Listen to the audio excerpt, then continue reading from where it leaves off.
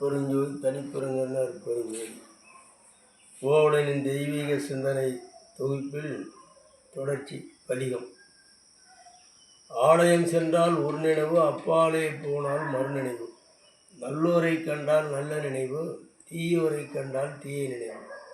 அடிக்கடி மாறும் பச்சுவந்தி போல ஆணையன் உலக வாழ்க்கையிலே சேர்ந்திடும் அனைத்தையும் தன்மயமாக்கும் தீ போல் என்னை வாழ வைப்பேன்.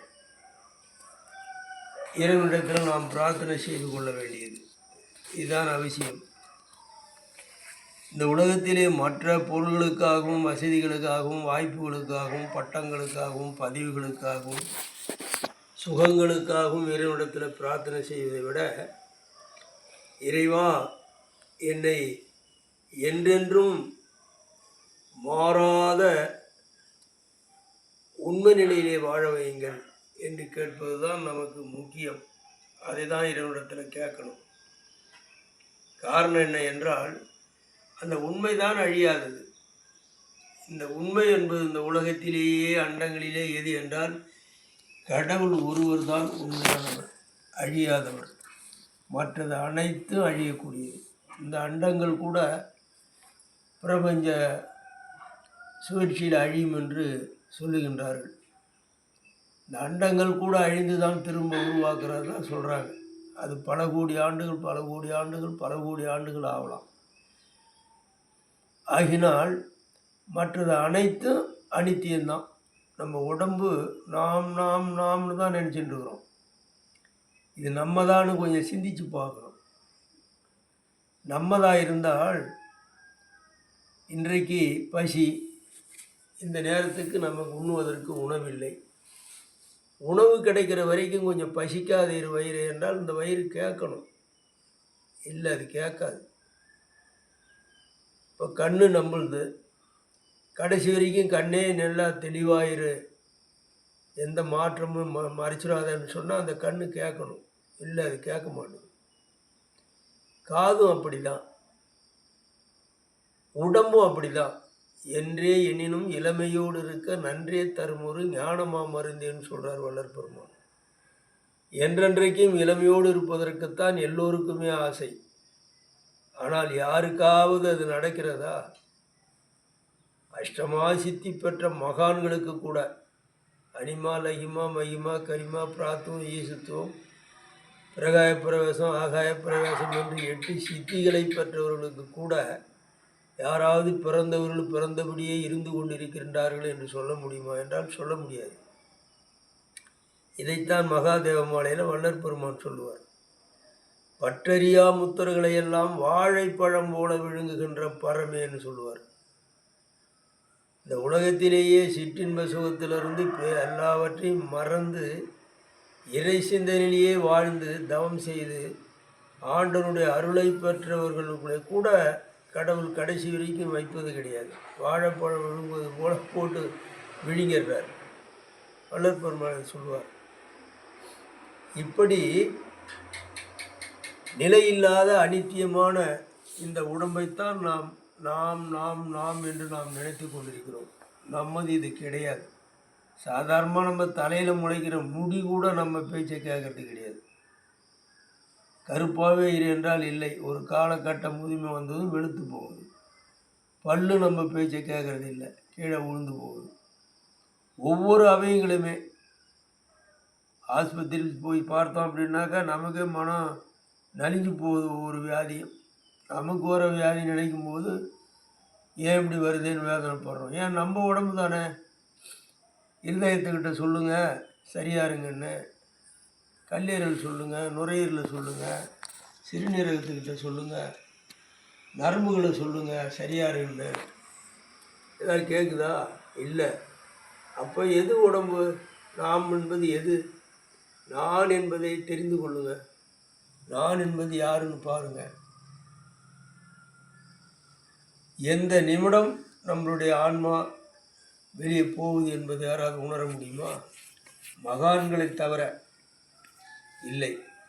இப்படிப்பட்ட ஒரு அனித்தியமான ஒரு இந்த உலகத்தில் நாம் எதை நினைக்க வேண்டுமேனால் நித்தியமான அந்த இறைவனைத்தான் நாம் நினைக்க வேண்டும்.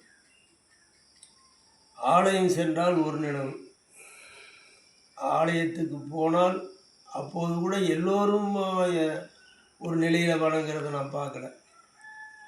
அப்போ நம்ம ஆசிரமத்துக்கு கூட வராங்க, பௌர்ணமி அன்று நிறைய மக்களை பார்க்குறோம். குறிப்பிட்டு நம்ம சொல்லக்கூடாது. வெட்டி கதை, வீண் கதை, ஊர் கதை, உலகத்து கதை, பாவக்கதை, இதை தான் பேசுகிறாங்க வெளியே சாப்பிட்டுட்டு உட்காந்து. அந்த உண்மையை சிந்திக்க மாட்டாங்க. இப்படி நிறைய பேரை பார்க்குறோம் நம்ம. இந்த காலங்களை பற்றி அவர்கள் கவலைப்படுவதே கிடையாது. இதை கடமைதாசர் அழகாக சொல்கிறார் இல்லையா? காண்பது அழிந்து போகும், காயமும் அழிந்து போகும், ஊன்பொருள் அழிந்து போகும், உலகமும் அழிந்து போகும், மனைவியும் அழிந்து போகும், மக்களும் அழிந்து போகும், பூங்கனி நாகநாதர் பொற்பதம் அழியாதென்று வீண் பொழுதினை போக்காமல் வெளிதனில் ஒளிபார் நெஞ்சென்றார். எந்த மகான்கள் சொல்லல? அவர்கள் ஏன் இப்படி அவர்கள் அடைந்த ஒரு அறிவை நமக்கு எடுத்து சொல்லிருக்கிறாங்க. பிற்காலத்தில் வரக்கூடிய மக்கள் இந்த நிலையை பெற்று அழியாத இறைவனிடத்தில் பேரின்பத்தில் போய் சேரணும். இந்த சிற்றின்பத்திலேயே கிடந்து இந்த சாக்கடை சகதியிலேயே ஊறி நரகம் போய் அவதப்படக்கூடாது என்பதற்காகத்தான் வள்ளற் பெருமான் போன்றவர்களும் எவ்வளோ மகான்கள் எல்லாம் நமக்கு எடுத்து சொல்லிருக்கிறாங்க. அதுகளை இவர்கள் பார்க்குறதே கிடையாது. இந்த காலத்தை வீணாக்குறாங்க. வீண் கதையிலேயும் வெட்டி கதையிலேயே பாவங்கள் சேரக்கூடிய கதையிலே பேசுகிறாங்க. இதில் உண்மை ரகசியம் என்னவென்றால், ஒவ்வொரு மனிதனுக்கும் இப்போது எனக்கு 80 வயது ஆகிறது. அதில் பாதி என்ன, 40 வயது. ஒவ்வொரு மனிதனுக்கும் ஆகாய பேரிடு என்று சொல்லி பாவ ஏடு ஒன்று, புண்ணிய ஏடு ஒன்று அமைக்கப்பட்டு இருக்கிறது. இறைவன் உன்னுடைய வாழ்நாளில் ஒரு 80 வயதில் இறக்கக்கூடியவர் 50, 60, 70, 80 இப்படி உண்மை நிலையிலே, தவ நிலையிலே, தர்ம சிந்தனையிலே, ஒழுக்க நிலையிலே, இறைவன் ஏற்றுக்கொள்ளக்கூடிய நிலையிலே, சத்தியத்தோடும் நீதியோடும் நேர்மையோடும் ஒரு மனிதன் வாழ்ந்து பொது உணர்வோடு முடிந்த வரைக்கும் பிற உயிர்களுக்கு துன்பத்தை கொடுக்காமல் புண்ணிய செயல்களையே செய்து வாழ்ந்தாரேயானால் அவருடைய ஆன்மா அந்த தூள சரீரத்தை விட்டு சூக்கும சரீரம் மேலே போகிற காலத்தில் ஒளி உலகத்திற்கு தேவகுமார்கள் தேவ இசை முழங்க அழைத்து செல்வார்கள். இது உண்மை. இது ஏட்டில் படிப்பது கிடையாது. உடம்பை வருத்தி தவம் தியானம் செய்பவர்களுக்கு இறைவனால் உணர்த்தப்படுவது. ஒவ்வொருவரும் உண்மை வழியில் நடந்து இறைவனிடம் கேட்டால் விளக்கங்களை கண்டிப்பாக கொடுப்பார். இதுதான் ரகசியம்.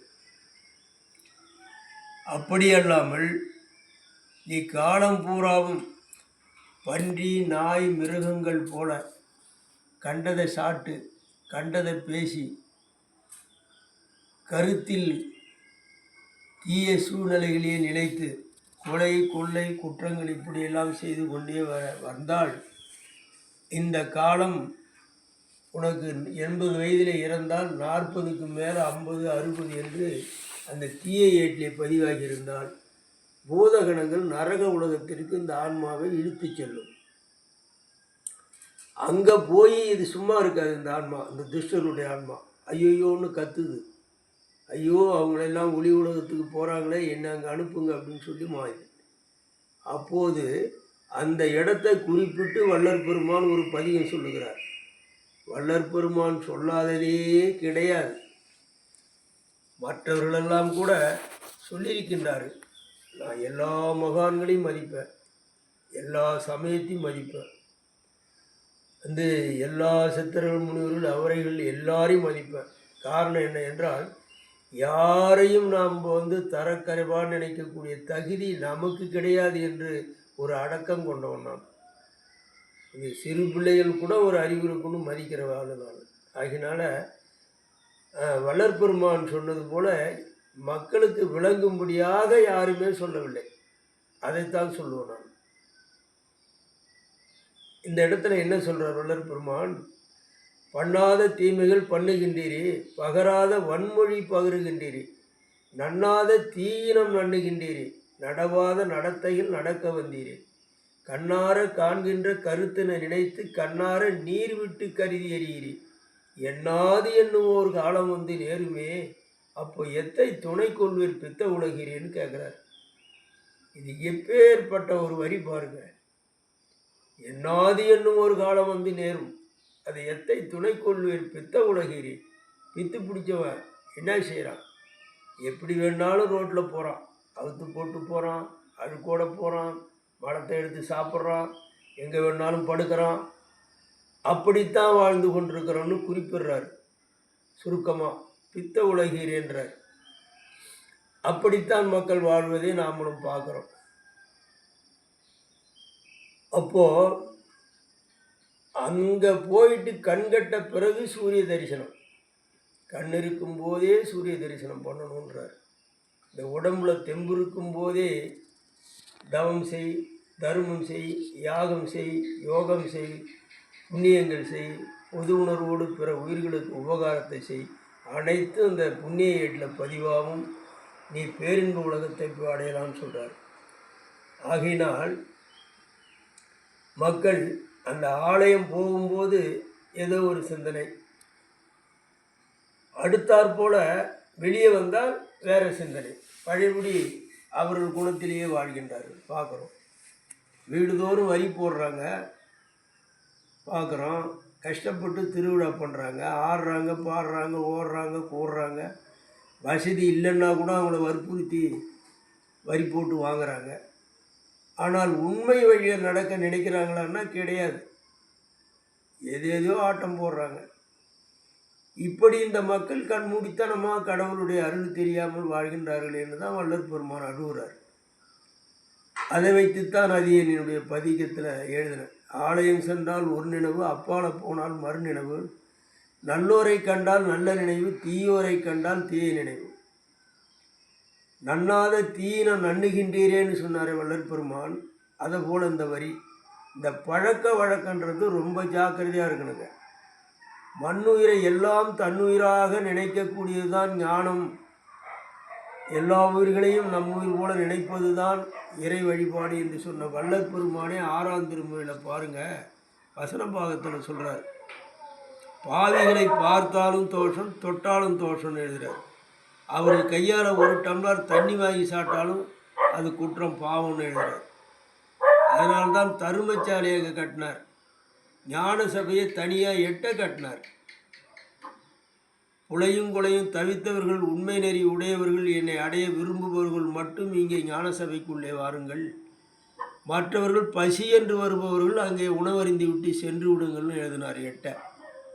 அதற்குத்தான் ஒரு பதிகத்தில் சொன்னார், உயிர்கொலையும் புலைப்புசிப்பும் உடையவர்கள் எல்லாம் உறவினத்தார் அல்ல, அவர் புறவினத்தார், பயற்புறுமோர் பசித விருத்தல் மாத்திரமே புரிக, பரிந்து மற்ற பண்புரையில் நண்புதவியில் பட்டனைத்தும் தவிரேன், நயப்புறு சன்மார்க்கம் அவர் அடையளவும் நம்மானை என்றெனக்கு நவின்ற அருளிறை என்றார். ஆண்டவன் சொன்னாராம் அவருக்கு, வள்ளற் பெருமானுக்கு. உயிர்கொலை செய்கிறவன், புலால் சாப்பிட்றவன், உண்மை அற்றவன் எல்லாம் நமக்கு உறவினன் கிடையாதுரா, அவங்ககிட்ட நீ பழகாத, அவங்க கூட சேர்ந்தினா அந்த விசுவாச வாசம் என்று சொல்லக்கூடிய நிலை உன்னுடைய புண்ணியத்தை அழித்து உனக்கு பாவ வழி செல்ல, நரகம் செல்லக்கூடிய வழியில் அதை இழுத்து சென்று விடும். அதனால்தான் ஞானிகள் தரிசனம் சாப விமோசனம் என்று உண்மையுடையவர்களுடைய பார்வைப்பட்டால் நம்முடைய வினை தீரும் என்று சொல்வது போல, பாவிகளுடைய பார்வைப்பட்டாலே நம்மக்கிட்ட இருக்கிற புண்ணியமும் தவமும் குறைஞ்சி போகும். அதனால் அந்த இயற்கை செயற்கை, அந்த பழக்க வழக்கம், உறவு, இதுகளெல்லாம் ரொம்ப ஜாக்கிரதையாக பார்த்து வாழணும்னு சொல்கிறார். அதனால்தான் பசித்திரு, தனித்திரு, விழித்திரு என்று சொன்னார். பசித்திரு என்றால் என்ன? ஞானப்பசி. விழித்திரு என்றால் என்ன? இந்த உலகத்திலே அனைத்தும் கிடக்கும், கல் கிடக்கும், முள் கிடக்கும், பில்லு கிடக்கும், மூடு இருக்கும், பள்ளம் இருக்கும், நறுள் கிடக்கும், நம்ம பார்த்து நடந்து போகணும். அப்படிப்பட்ட உலகம் இந்த உலகம். அப்படி ஜாக்கிரதையாக இருந்தால்தான் நீங்கள் தப்பிச்சு என்னோடு வந்து நீ சேரலாம். தனித்திரு, எந்த நேரமும் சரி எத்தொழில் செய்யினும் யாவரே யாயினும் முத்தர் மனம் இருக்கும் மோனத்தே காதி விளையாடி கைவீசி நடந்தாலும் தாதி மன நீர்க்குடத்தே தான் என்று பட்டினத்தார் சொன்னது போல, எந்த தொழிலில் இருந்து கொண்டிருந்தாலும் சரி, உன்னுடைய எண்ணங்கள் என்னை நோக்கி இருக்க வேண்டும். அவன்தான் என்னுடைய பிள்ளை, அவனை நான் கை கொடுத்து மேலே தூக்கி கொள்வேன் என்று சொல்லுகிறார் அருட்பெருஞ்சோதி ஆண்டவர். அப்படி ஆலயம் சென்றால் ஒரு நினைவு, அப்பால போனால் மறு நினைவு, நல்லோரை கண்டால் நல்ல நினைவு, தீயோரை கண்டால் தீய நினைவு, அடிக்கடி மாறும் பச்சோந்தி போலே ஆணையன் உலக வாழ்க்கையிலே. பச்சோந்தி போனான் என்ன செய்யும்? எந்த இடத்துல இருக்குதோ அந்த கலரில் அது காட்சி கொடுக்குமா. அப்படி மனிதர்கள் நீ குளிச்சுட்டு புதுசாக ஆடையை போட்டுக்கணும், ராமத்தை போடணும், பூசியை போடணும், காயை கட்டின்னு கோயிலுக்கு போயிட்டால் மட்டும் புனிதனாகிட முடியாது. அந்த உள்ளத்தை தான் உள்ளம் சரியாக இருக்கணும். அதனால்தான் வள்ளர் திருமூலர் சொன்னார், உள்ளம் பெருங்கோயில் ஊனுடம்பு ஆலயம் வள்ளர் புராணாக்கில் வாயு கோபுரவாசல் தெள்ளத்தெனிந்தாருக்கு ஜீவன் சிவலிங்கம் கள்ளப்புலனைந்து காளாமணி விளக்குனார். உள்ளத்தை தான் இறைவன் பார்க்குறார், உள்ளத்தை தான் அவர் பதிவு பண்ணுறார்.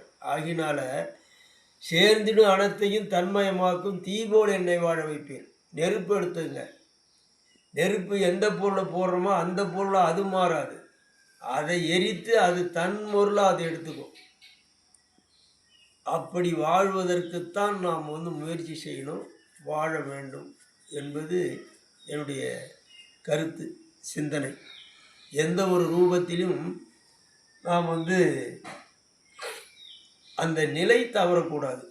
ஒரு குடம் பாலில் ஒரு துளி வேறு ஏதாவது ஒரு பொருளை போட்டோம்னா உடனே முறிஞ்சிடும். அது ஒரு பானை சாதத்திற்கு ஒரு சாதத்தை எடுத்து தான் அழுத்தி பார்க்குறோம். அப்போது எந்த ஒரு சூழ்நிலையிலும் சரி, எந்த காலகட்டத்திலும் சரி, எந்த ஒரு நமக்கு கோடி கோடியாக கொடுக்குற இந்த குற்றத்தை செய்யுங்க என்று சொன்னாலும் சரி, திருவாரூர் தட்சிணாமூர்த்தி சொன்னது போல் இந்த அண்ட சராசரம் பூரா நீலகண்டம் நமக்கு சொந்தமாக கொடுத்துருக்குறான். ஏதோ ஒரு முண்டம் சொல்லிச்சின்னு ஒரு முண்டம் பத்திரத்தை தூக்கின்னு வருதுன்னு சொன்னார் திருவாரூர் தட்சிணாமூர்த்தி சாமி. அண்ட கோடிகள் பூராவும் நமக்கு சொந்தமாக கொடுக்கறதுக்கு அவர் காத்துக்கிட்டு இருக்கிறார். நாம் தான் அதை நினைக்கிறது கிடையாது. இங்கேயே அப்படி எந்த நிலையிலும் ஒரு நிலையில் வாழ்வது தான் நம்மளுடைய மனித தரம் என்பதைத்தான் வள்ளற் பெருமான் சொல்லுகிறார். அப்படியே நாம் எந்த நேரத்திலும் ஒரு உண்மை நிலையிலே வாழ்ந்து இறைவனடியை சேர வேண்டும் என்று நாம் பிரார்த்தனை செய்து கொள்வோம். நன்றி, வணக்கம்.